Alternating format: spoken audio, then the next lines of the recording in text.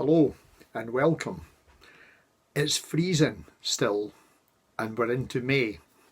I went out for a walk this morning still wearing a bonnet and a winter jacket. I've tried to do without the gloves, but it's freezing sometimes. In fact, Wednesday is going to be sleet and snow where I live. And it's May. You know how sometimes you go out and the sun's shining and you think it's okay, and then you turn a corner and the chill wind is felt in your face and you think it still feels like winter. Here's a verse of a poem from the American poet Robert Frost.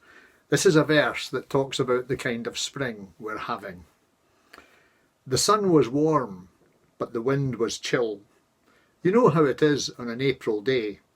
When the sun is out and the wind is still, you're 1 month on in the middle of May. But if you so much as dare to speak, a cloud comes over the sunlit patch, a wind comes off a frozen peak, and you're 2 months back in the middle of March. I used to live in Paisley, and I remember speaking to a man who said that in Paisley it was a lazy wind. What's that? I asked them. Well, the wind doesn't go around you, it just goes through you. And I remember somebody else once saying about somebody who was complaining all the time, the wind was aye blowing in their face. You know, sometimes life can seem like a winter that's lasting too long. It does feel as if the wind is aye blowing in our face, and that the wind goes through us rather than round us. Now in the Bible, there are many people in the Bible who go through really rough and difficult times in their lives. And one of the things that keeps coming up is how they go on trusting God even when they complain to God. To be faithful at the time when life is really difficult takes more trust and courage and love than to be faithful when everything's going fine. Sometimes life just goes wrong. And one of the Old Testament prophets, a man called Habakkuk, said at the very beginning of his book in the Bible, "How long, O Lord? How long will I call for help and you will not listen?" Sometimes our prayers are a bit like that too.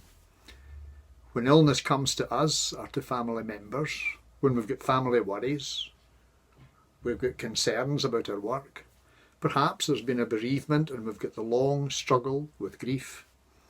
For all kinds of people, anxiety and depression are constants in their hearts and in their minds. The world turns grey. Motivation is hard to find. And there's a sense of questioning about what the purpose and the meaning is of life. Habakkuk is the book in the Bible that has that verse that says, "The just shall live by faith." Now, what does it mean to live by faith? Sometimes the word faith really means faithfulness, that determined purpose of just keeping going, trusting that God is there, even when sometimes it doesn't feel as if God is.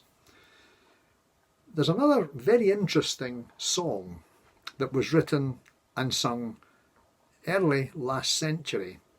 Here's a couple of verses from that.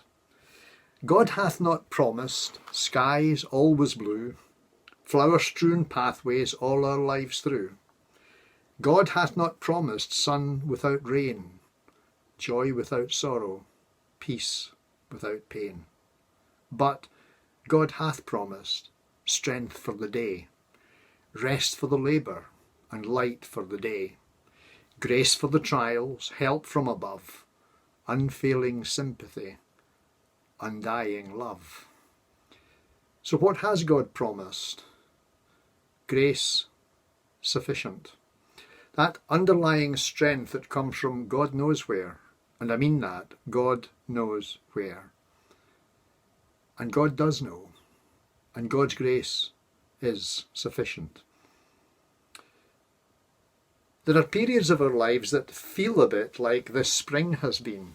It seems as if a wind comes off a frozen peak. and we feel the chill of circumstances that are hard to deal with, they trouble us and they concern us, and life becomes hard. Habakkuk teaches us to go on trusting, to live by faith, to stay faithful to God, because God's love is eternal. It won't stop. God's love is unconditional. It won't be taken away. God's love is faithful, always there, each day, each week. God is, according to Habakkuk, for you and for me. Habakkuk's book is about so much that goes wrong, and yet, in the end, here's how he finishes his book. Though the fig tree does not bud, and there are no grapes on the vines, though there are no sheep in the pen and no cattle in the stalls, yet I will rejoice in the Lord. I will be joyful in God my Saviour. Why? How to be joyful when life is hard? The sovereign Lord is my strength. He makes my feet like the feet of a deer. He enables me to go on the heights. That kind of faith and trust in God when life has become overshadowed and scary, so that though the wind is blowing in our face, though the wind comes off a frozen peak, yet God is faithful and calls us to be faithful, because the just shall live by that kind of faith and trust in God. Thank you for sharing this time with us, and God bless you.